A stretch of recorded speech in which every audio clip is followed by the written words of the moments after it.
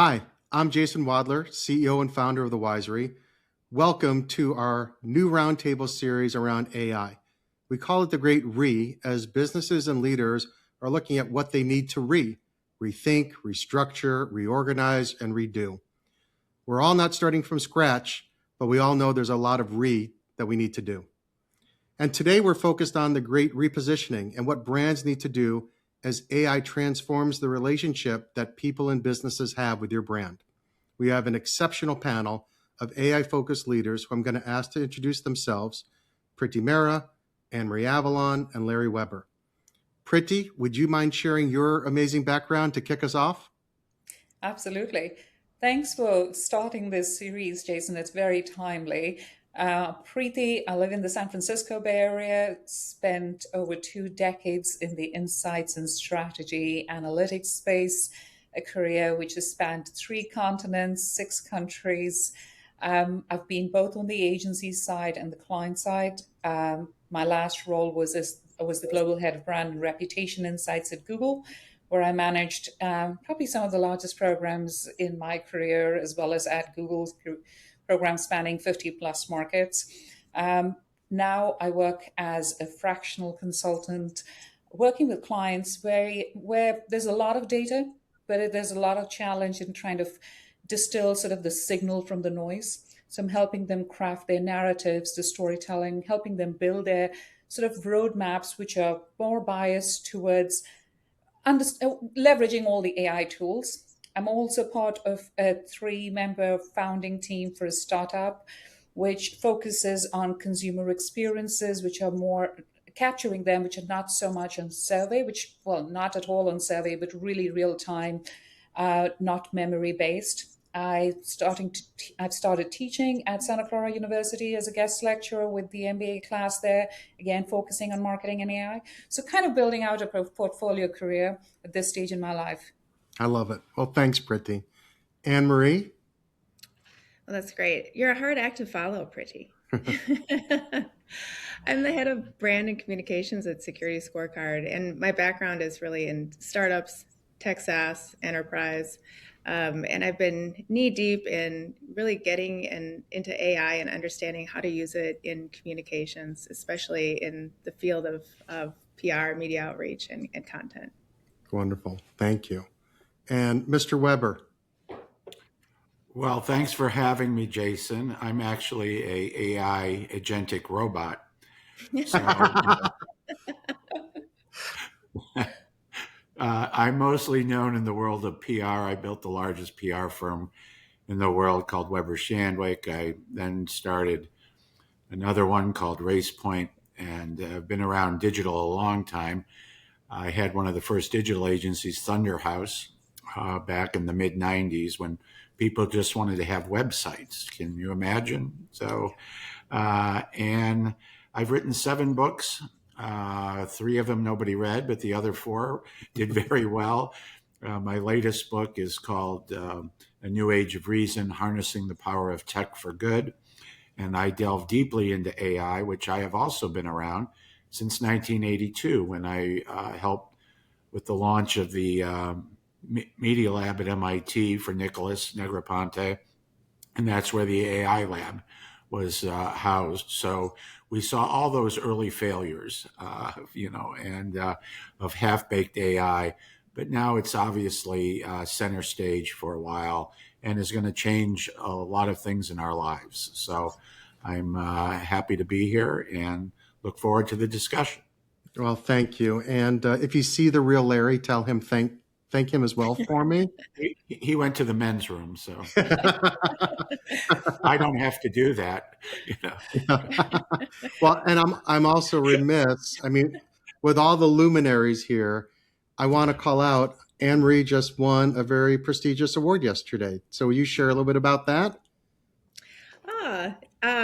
Yes, it was with Reagan Communications, Top Women in Communications Award for 2020. Wonderful. 2026. Congratulations. Yeah, Thank so you. congratulations on that. Yeah. Right? We're taking, this group's getting just better and better, like more and more awarded and accomplished. So Larry, I'm going to start with you, at least Larry 2.0. So you've led multiple tech and media cycles. What is truly different about branding in the age of AI versus the past waves like social and mobile? And what do you think are just old fundamentals with new language?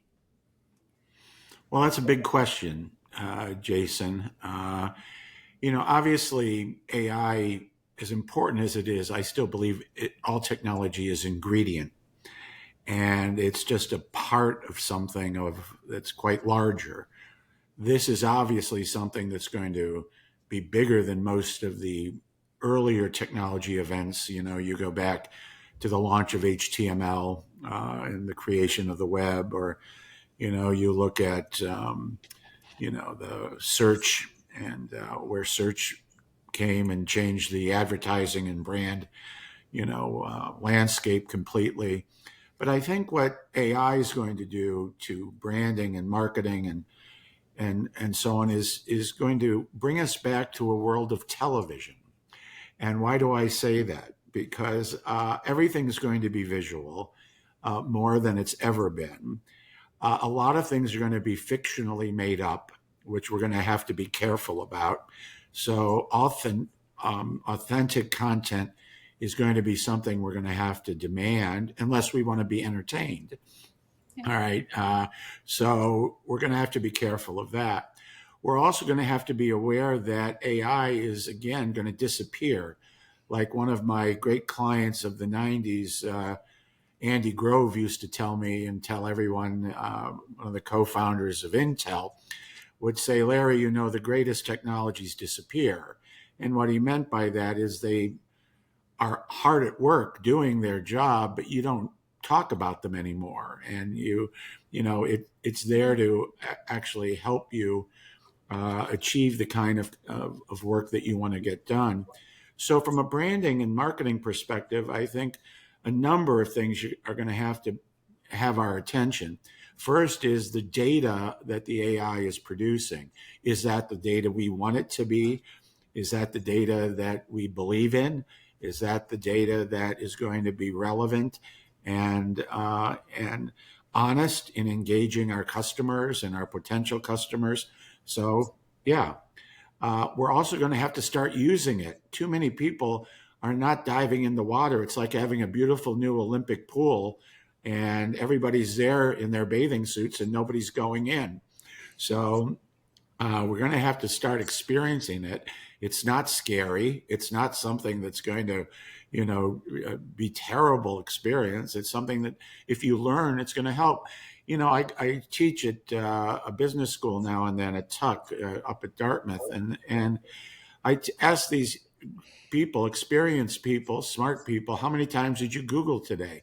And they'll go, 20, 30 times. So they Google first, but they don't go deeper until the second or third time. So it's a behavioral thing. And I think marketers are going to have to be the first ones to say, dive in, use this stuff, figure out how it's going to work.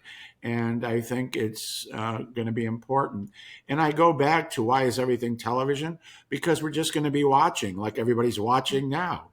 Why podcasts have become very important is because people like to just be entertained and learn from it at the same time. But we're going to have to understand how now we can actually individualize a show for every person in our constituencies. And I think that's pretty cool. So there's a lot more, but that's sort of where I'm, headed. I guess the last thing I would say is we have to be ready for advertising, which I can't stand, by the way, but it usually is the monetization of everything that happens. And, that Wall Street's asking, is there an AI bubble? I don't think it's a bubble. I think it's just that everything's been overvalued. And when OpenAI and ChatGPT are valued at such big numbers, but they have no revenue. So you go, where are they going to get that revenue? It's obviously going to be advertising. So I think marketers should jump in and figure out how to control that and be part of that. So that's just a couple thought starters there. Yeah, So. just a couple pretty big ones, but those are great. So thank you for that. And so to where you were saying some marketers just need to dive in, we have one here with us. So Anne-Marie, you dove in both feet first. And I'm curious, as every company rushes to reposition around AI, what separates the brands actually building trust from those that are just adding to the noise, to what Larry was saying? That's a really good question. So, with so many people and companies drowning in content that's being created by AI, words stop carrying their weight, right? And what I'm seeing is that buyers are falling back on the oldest filter there is, which is who actually lived this and who has the battle scars that I can learn from. So I know within our company and other successful companies that I'm seeing, they're increasingly building trust that is attached to the people behind the brand, not the logo.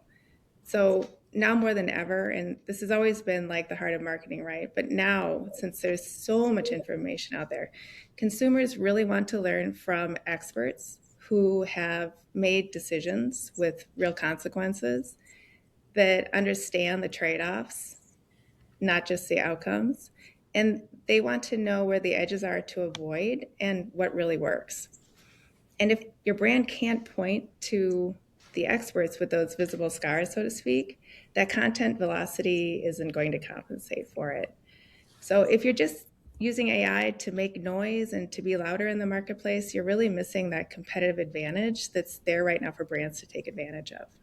Yeah, I love that. And maybe there's some people with visible scars on this call and also on the Wisery. So I think that's a fantastic answer.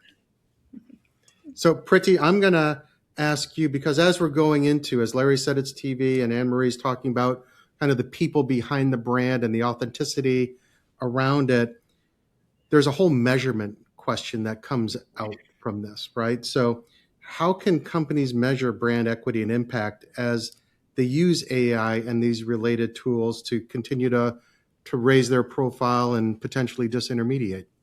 Yeah. I mean, it's a fascinating problem, and I can't tell you how many times I have this conversation with clients where they're like, "Oh, is my existing brand measurement flawed? Is it actually giving me what I'm looking for?" I mean, the thing is, I say you still need those classic brand metrics. Things like awareness, trust, the associations that you're building, because you still want to build your brand on the basis of some of the fundamentals. You don't want your brand to be taken over by AI tools. And I do see that kind of a risk when it's so easy to create content, when you can sort of go around and say, oh, I can test so many concepts and messages and all of that. There's a desire to almost sort of fragment and lose what your brand and the core of what your brand is. So I think of it as really, again, reimagining what your brand, how you think about your brand measurement. So the core elements, I think, still need to be measurement. I also start thinking about, where's the machine interference coming in? And when I think about the machine interference, that intent bit is getting disintermediated, where you are asking the AI, and that could depend on the prompts. And I was talking about an example that I have a trip coming up and I wanted to buy a new carry-on bag. And I was looking for a bag where I wouldn't need to carry a handbag and I could have a separate sleeve for my laptop. So it was a very specific question. And I did put it into the LLM and I got the responses based on what I was looking for.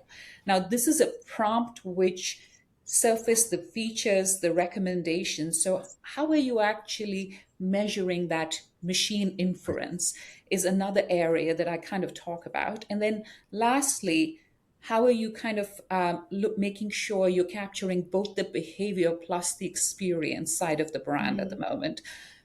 So some very specific areas. I mean, I've been asking companies I work with to say, are you really building, let's say, a prompt library? Because you have to see how your brands is showing up in LLMs. Mm-hmm. So don't just think of 3 or 4 things. Maybe there are 100 prompts. Maybe think of your brand from, if people were looking at just as a transactional, or if they were looking at a brand from a specific feature perspective. So really start thinking about the prompts which people are going to use and build out that prompt library. do an audit. Think about how your brand is showing up when people look for your brand on sort of LLMs, and what is it getting associated with? So, and what's kind of the delta between what you are trying to drive your brand associations and how people and how is it coming up? So you want your brand to be in every day and it's coming up as a premium. Mm-hmm. Where is that and what's driving that delta? So, some of those things which are not just about how humans associate the associations that people have made, but kind of how machines are getting trained to Mm-hmm. think about your brand. So, I do believe some of those elements not need to be incorporated into our brand measurement systems going forward. That's fascinating because I hadn't thought about the prompt library as you laid it out, and it made me just ask the question. I don't know, but so when you go back and you look at search, right, as Larry referenced before, and one of those transformational changes, and it was always about the keywords that you're buying and how are those keywords then translating into intent and action. Do we feel that same thing's going to happen with prompts, right? And people are able to then buy on prompts and see what that chain is, that whole conversion chain from the moment someone asks that question to the moment there's an action? I mean, the thing is that we are moving towards what is increasingly being called as a zero click kind of scenario where your purchase funnels are going to get disrupted. And I feel as more and more capabilities, ChatGPT recently launched their shopping experience. PayPal has, again, Walmart, PayPal, they're all introducing features where you can pretty much shop within that chat GPT interface, right? I mean, honestly, it's like when TikTok first came in and you could literally shop within the app, and that was like the big thing. So I feel that disruptions are going to happen, and we will have to continue to learn and optimize Mm-hmm. how we show up and how we measure. I completely agree. And so, Anne Marie, I mean, you're I don't know if it's knee deep, but you're super deep in terms of the application of AI into, high level brand all the way through against what Priti's sharing. How do you feel? Like, how are you looking at what you're doing in the marketplace and how you're measuring success? Well, to Priti's comment about the funnel being disrupted, I'm actually working on that right now, as in earlier this morning, because I'm noticing disruptions in our funnel. And so I'm trying to figure it out. It's just starting to happen, but you can start to see the ripples, and trying to map out the customer journey again based on everything that's happening. It's a different landscape. So we do need to stay on it. But one of the things that we've found as a tactician is that using AI is helping us with better conversations because it's helping us be better listeners. So, listening to the sales conversations, customer calls, analyst feedback, media inquiries, we're finding out where we need to create better clarity and to come up to improve our messaging. But what we've done here that I found very successful is that we're leading with those experts that I talked about earlier. So those are the people that once we find out the message that we need to say, we put them in front of that question, and they're the ones delivering the message. And we've had a great deal of success with that. So again, it's connecting back to the human side and finding that trustworthy voice, connecting the person to the brand. So a great case study at the beginning of the year with our strike threat intelligence team, you could kind of say the headline was buried with them. We really weren't showing their work. So rather than describing their expertise, we started to show them and got them out in the media more. And our downloads they increased by 250%. Our media coverage doubled. And in APAC and EMEA, we had about 80% share voice for almost a full quarter. So that was the impact of getting those experts out and getting the messaging right. So it's that blend of using the AI as a tool, but to your point, Priti, not leading with AI tools. Yep, I love that. So when you're talking about leading with these experts on the human side, and Larry, you're one of those experts, and even though I'm talking with Agentic Larry, I feel like, if you're being asked or you're working with C-level execs in terms of how do they future proof their brand, right? Against the next couple years of AI disruption, what would you tell them to do now? Like how should they be thinking about their brand and how things are moving? One of the first things I say is, especially to Priti's point about prompts and, the different kinds of levers we're going to have are going to be different to use. It's interesting. I was on the board of a software company that has a very good AI product, and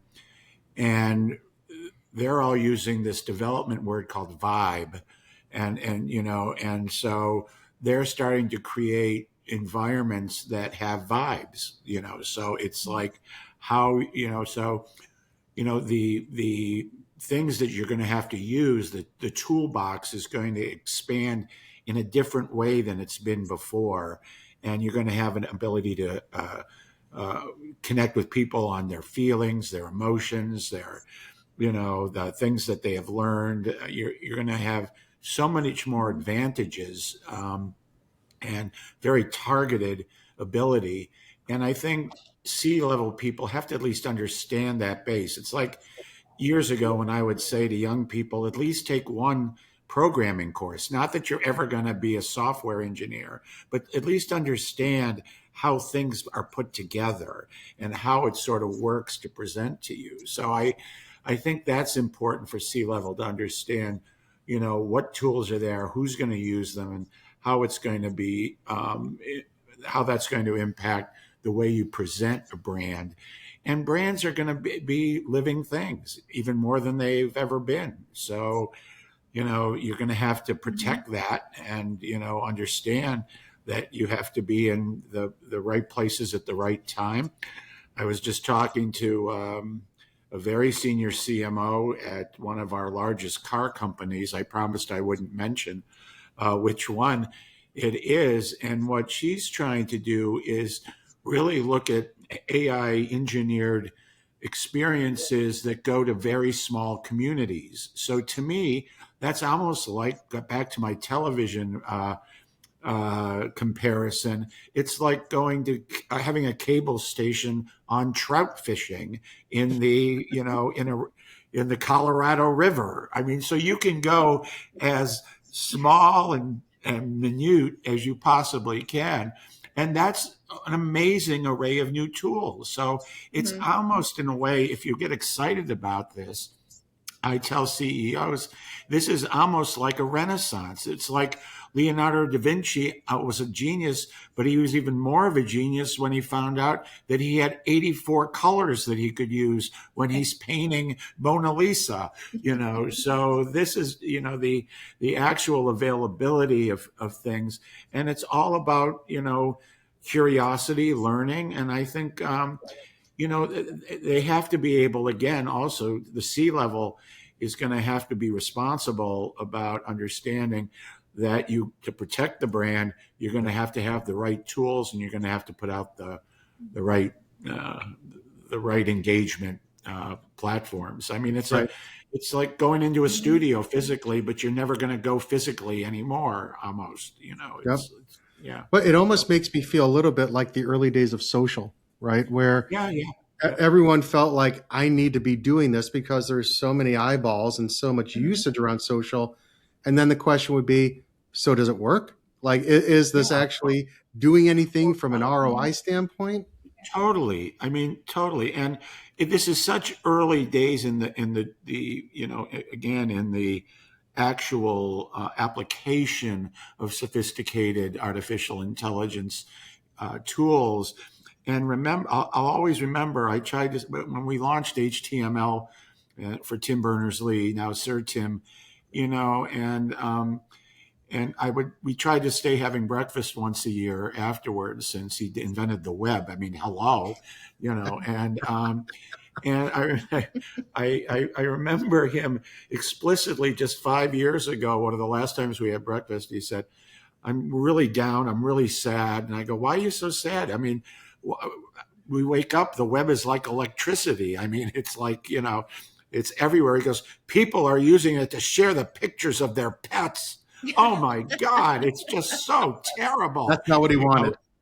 Yeah. And I said, that's a good thing. Look, it becomes part. And so to your point, social needed, we're just going into a second generation of social now. It's taken Right. 20 years, and it's going to be distributed just like the media landscape. It's going to have different types of impact. People are having fun. Our strange president's having fun, with social and AI production, so, it's, anyway, I think the negative side is going to be, how do we authenticate things? How do we make sure we know what's real, what's not real? And, because some brands, think of a Disney brand, you want to be fantastical, you want Yep. to have the imaginary, so, but And they just struck a deal with ChatGPT, right? With OpenAI in terms of their usage. Yeah. Right. So, and so I'd be excited. I wish I was 12 again. I mean, I think it's going to be a fun ride. I think that's a different agentic Larry. It's the 12-year-old agentic Larry that will spin that out. They're working on that. Right. in the I want to see laboratory. that. I want to see that agent. That's awesome. Yeah. Doctor, keep working on that. Back at the lab. Yeah. So, Larry, you were teasing this out, and I mean, there's a piece on this which gets into managing your brand, protecting your brand. There's a privacy concern. There's a governance concern, and I'm curious, how do you manage? And you talked about, I think it was the trout fishing was it Colorado, a river in Colorado? But so when we're talking about this balance of personalization and privacy, I mean, how do you balance that? When you're starting to do AI for brand experiences at scale. I mean, anyone want to take that one on? I'll just say one quick thing on it. I think you're going to have to hire to it. I think you're going to have and develop people that understand how to police around, using these powerful technologies. There's going to have to be some, yeses and nos and how to use and properly do it. But companies are going to have to share. They're going to have to get together, because governments aren't going to do this. The United Kingdom actually did come sort of a part way in trying to do some interesting things around helping with guardrailing certain technologies and applications. But I think it's going to have to be companies that get together and actually have people responsible for it. So, well, and I'm questioning Anne Marie. Like, I mean, you're in, cybersecurity, right? So I'm sure you're dealing with this day in, day out in terms of some of those privacy and governance situations. We will be coming out. Well, hopefully, we'll be coming out with national regulations. I know it's on the agenda. We'll see. But right now, there's only 27 states that have AI regulations. And I don't know if I think of, back in the days when the internet first came on, they were trying to figure out sales tax, and every state has a different way of doing it. We're kind of looking at that, but a lot on a much larger scale, obviously. So I think, to Larry's point, from the corporate setting, we do need to come together to figure out, as a business community, how we're going to regulate it. Yeah. Absolutely. Priti, I mean, you've dealt with this in a variety of different scenarios. I mean, what are your thoughts when you were managing brand insights, and for Google, this had to be a huge piece of it. I mean, we were talking a lot about what responsible AI means and how different, especially the big tech, how it's thinking about regulating it. In the last year, there've been, many experts have weighed in. I think that given the fact that, everything that we've just talked about, unless companies come together and find ways to do it, you risk losing trust in brands. You risk losing trust in what you see. And, it goes back to what we're talking about. You need authentic sort of human intervention, people that they can trust. I was reading somewhere that there's kind of this push about, should videos be labeled today as to what is AI? I mean, you'll see stuff which is like, oh, this is completely AI generated, and it has thousands of views right now where people actually believe it's real. So there is that lack of trust which is already coming in, where people are like, I'm seeing content. Is this real? Is this AI generated? And as you know, as we get into this more and more, you don't want to be in a place where people are not convinced what they're seeing is real. Right. So I do think companies need to step in to figure out those governance models. One of the challenges is governments also and policymakers do not know enough about this at the moment to understand what kind of guardrails that need to be set up. So if you're going to leave the job to governments, to policymakers, it's going to be a long time and it's going to always Completely lag agree. behind. Hmm. Yep. You said you agree, Emery? Completely agree. Pretty, that's absolutely spot on. And the other concern too with consumer trust is everyone's data. So we need to pull in all that data so we're better marketers, we're better communicators, right? Yeah. But we have to make sure that the data that we're using, the people whose data it is, can trust us with not exposing it to bad actors. So there are a lot of risks. Absolutely. Does this in some ways, I don't know how, I'm going to say it this way, does it benefit smaller brands than larger brands in that they're able to potentially move more nimbly, adjusting against what they're hearing in the market, maybe don't have to go through so many layers, don't have to worry about all the different layers of brand protection? Does it enable emerging brands to have maybe a competitive advantage against some of the larger brands? I'm curious what your thoughts are on that. Well, it is, but one thing is we have to stop thinking. This is all Madison Avenue hangover. I think is that we think brands have to be huge, they have to be big, and they have to touch everything. What the new technologies are going to be able to do is create niches for those brands. Back to my example is, you want to be the most important brand if you have an expensive fishing rod that goes, that helps you get special trout out of this part of the river, So I think that is, an opportunity for smaller companies to be really important brands and build communities of customers. So that's at least one answer I would give. So Great. So, I think, I'm Jason, sorry. I was going to add that I completely agree. And I also think, personalization at scale was something which was limited to brands with big budgets. You could do, when we talked about the media fragmentation, we talked about programmatic media, which came in, and that conversation started a while ago. You needed the big media houses, you needed the big budgets, you needed the teams which could do it. Today, that capability is getting democratized. Absolutely. So I do think that AI today is a force multiplier for the mid-sized small businesses. They have the same capabilities. It's really how you end up using it. Yep, I agree. And you don't, for a small business or medium-sized business, you can work with the LLMs. That's a strong enough tool to do a lot of amazing things. You just train your people and get to Larry's point, help them with the mind shift to actually use it. And I think in the horse race, the smaller medium businesses will come out ahead and eventually things will level out. But right now, I do think the advantage does go to the smaller companies. Great. So, what do you think is one experiment, as we're talking about brands, and what is one experiment that you feel that just about every brand, every company should run in the next 3 months? I mean, Larry, you were essentially saying just dive in, right? Get your feet wet. But is there a specific experiment? Yeah, well, what I tell, especially C-level people, I said, you know what, when you go home, after, before dinner or after dinner or something, make a drink, get a glass of wine or something, and go in and go deep into different AI platforms and start playing around.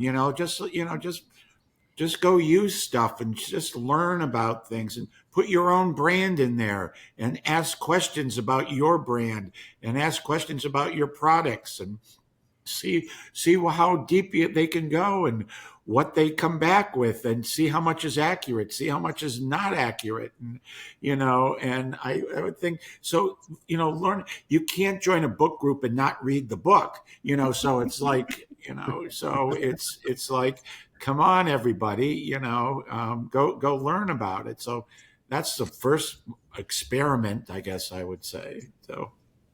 Yeah. Priti, do you have a thought in terms of an experiment that you would say someone should take on now as you're working with the different companies you work with? I was actually going to say the same. I mean, that's the one thing I'm asking is put in 20 prompts. See what kind of prompts your buyers are putting in and, your customers. I did this exercise across Perplexity, Claude, ChatGPT, and Gemini, where I was trying to understand what they come up in terms of who is Preeti in my profile. And it's very different even with the same set of prompts across the four LLMs, because they're different, it's different tonality, it's different responses. And now you start thinking about 20 prompts across your customers, across 4, 5 LLMs, and see what comes up. And that starts to kind of give you a sense of what are the areas which are getting misrepresented? What are sort of the blind spots? Where do you need to kind of amp up your distinctive voice so that's getting picked up when people are, relying on AI to find out about your brand. So that's one thing. And the second thing I'm asking a lot of companies, the companies that I'm working with is try and see how you can use AI to get better feedback loop systems, understand your consumer data, because you have the ability to do that. You don't need to set up these massive research programs. You can start to take your data and start to look at any other signals that you're getting from the market, start analyzing it. That's one superpower that you immediately have because of all these tools today.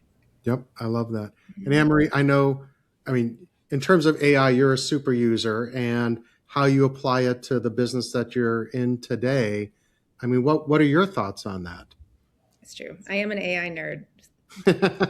I did not say that. It's okay. It's okay. It's a perfect segue, Priti, because what I would love is to challenge any marketing or comms department out there. And if you are watching this and you do it, let me know how it went. But it's this 1-2 punch. And this is an experiment I would love for everyone to try. And it's listen and analyze sales calls, customer calls, what's being said about you in the media, and figure out where that clarity is needed, how to improve that messaging, right? And do that with the AI tools internally. But then the second part is find that expert within your company to go now take that message to the market, get them out in earned media, get them out speaking, get them out on social. And so you're improving your messaging by better listening and then connecting it to that human aspect and getting your experts out, showing, which is really positioning your brand as the authority and earning that trust as well. And that's no extra spend. It's just doing things a little bit different than any marketing department could do today. Yep, I love it. So, Priti, you called out some tools, and Larry, you're agentic as we speak, but this was a question that we received from folks that are attending. What practical tools have you seen work for agentic AI? If you have experience with that, does anyone want to answer that question?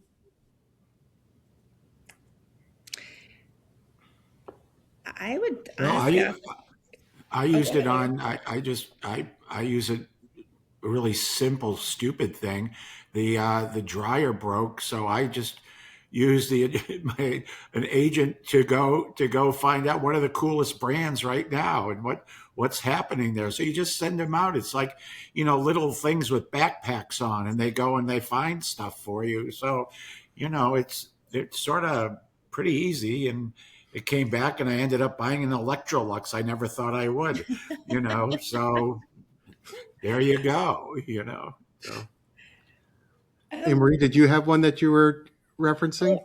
I'm just going to say one of the struggles. So for anyone developing agentic AI out there focusing on enterprise, there's a security issue that's holding companies back. Yeah. And it's connecting all of the different disparate data sources and making sure that we're keeping our customer data safe and our own sensitive data safe. So that is a stumbling block right now for that growth. But I think, everybody's chomping at the bit. But I know for many companies that's holding it up. Mm-hmm. Priti, are any ones that you would call out? I mean, I can talk about the stuff that I am using. I don't know, it's tools which are really helping me organize my life as somebody who's for the first time operating around without sort of the safety net of everything that corporate world offers you. So the tools that have really helped me, I mean, platforms per se are like Jasper or AI, Yeah, Copy.ai, which yeah. I've been using Mm-hmm. from a content perspective. Notion has been really helpful in terms of organizing and helping me plan. I my lookalike, which I'm still experimenting with, HeyGen, is really good. I mean, especially if you're somebody who's really trying to get content out there, creating your lookalikes, work, basically being a force multiplier for yourself.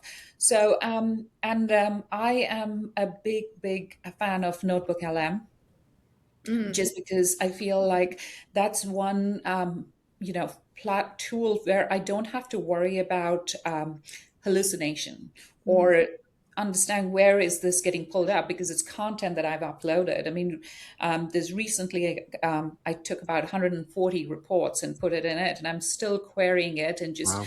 getting the answers but there's citations, right? You can actually look up exactly which document, which data source. So I think it's a mix of all of these tools, but really it depends what are your use cases. And I would also say don't get lost because there's this risk of just too many things and without being able to extract the value of the tool out of the tools that you're actually really working with. Mm-hmm. Mm-hmm. On that thought too, Jason, one of the things that we're doing internally, and I think a lot of companies are doing this, but we have an AI committee, right?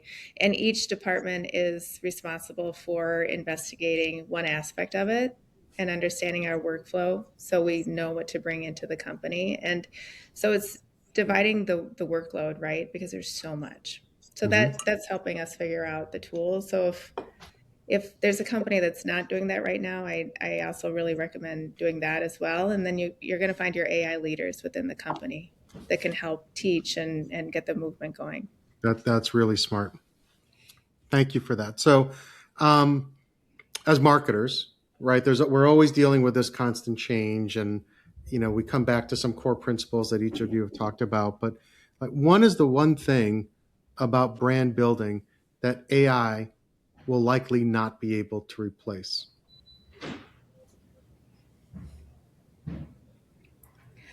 It's a good question. Did I stump the band?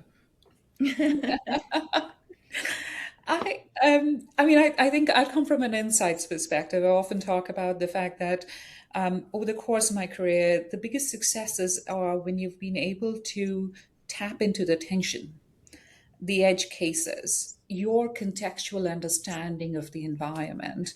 And I don't think AI, at least for now, can actually do it.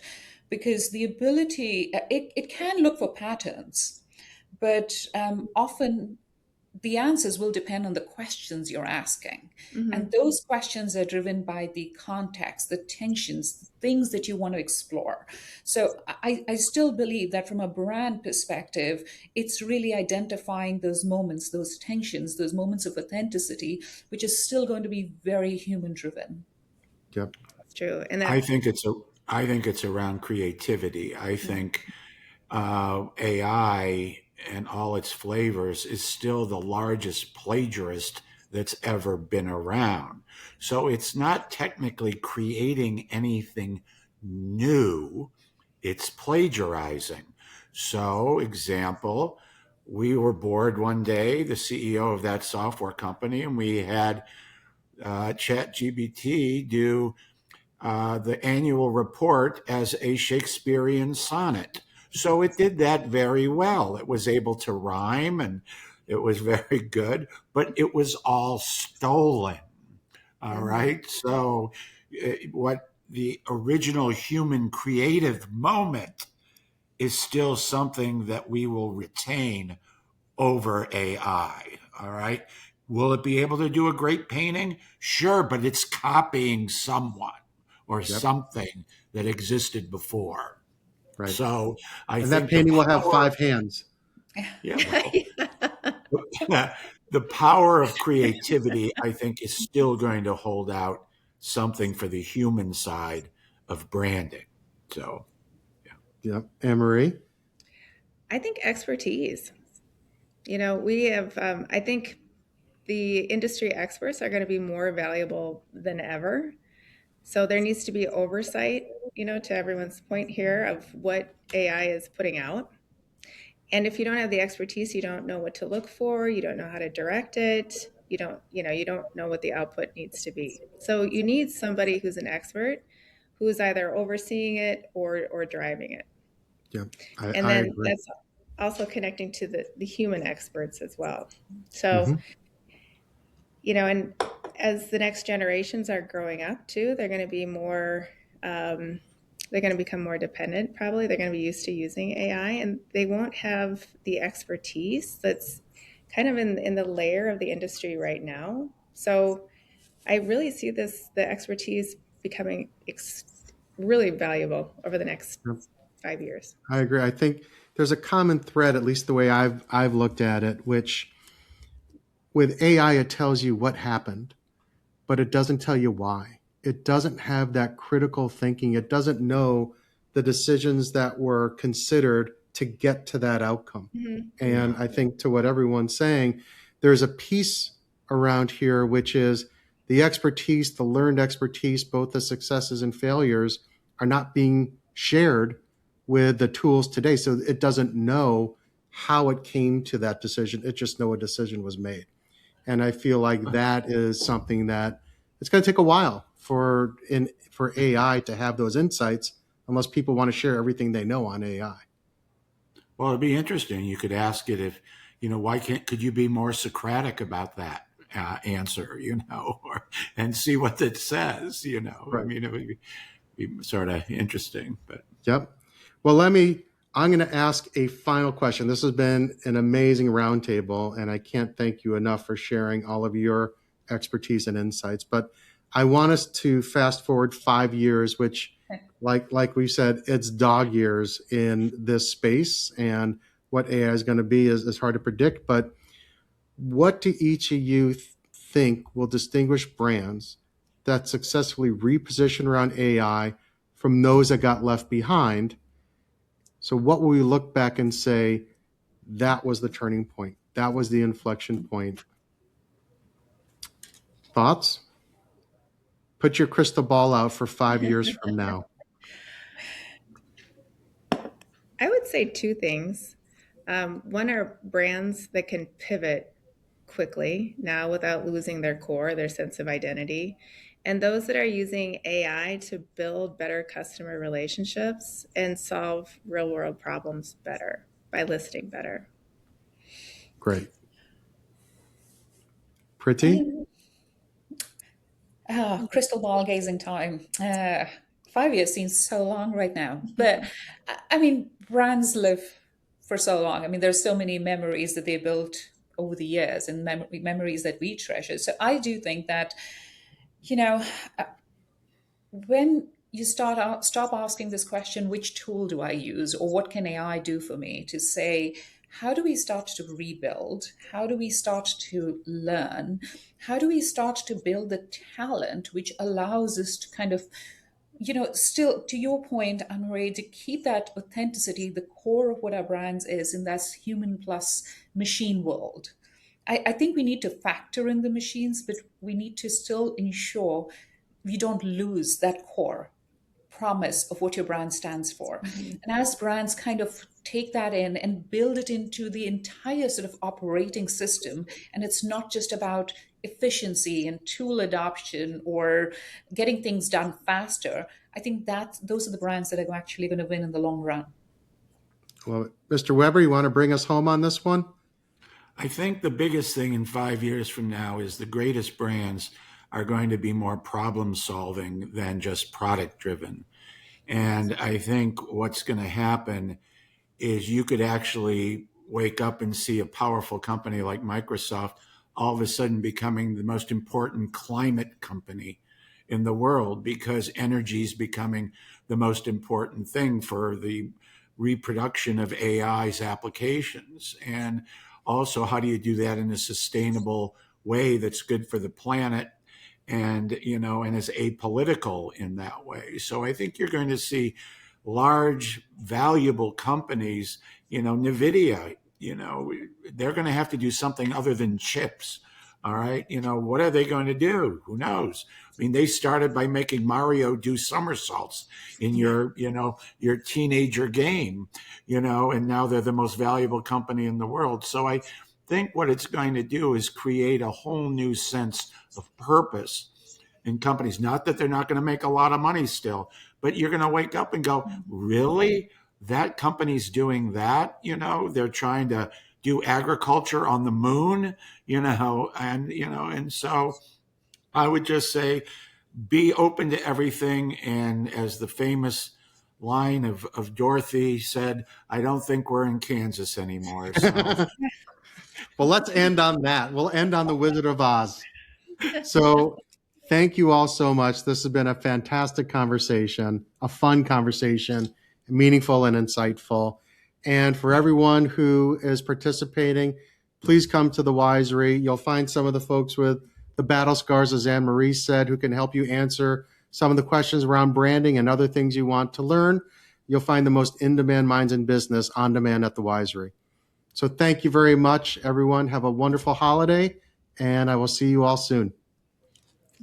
bye, everybody. Bye. Thank you.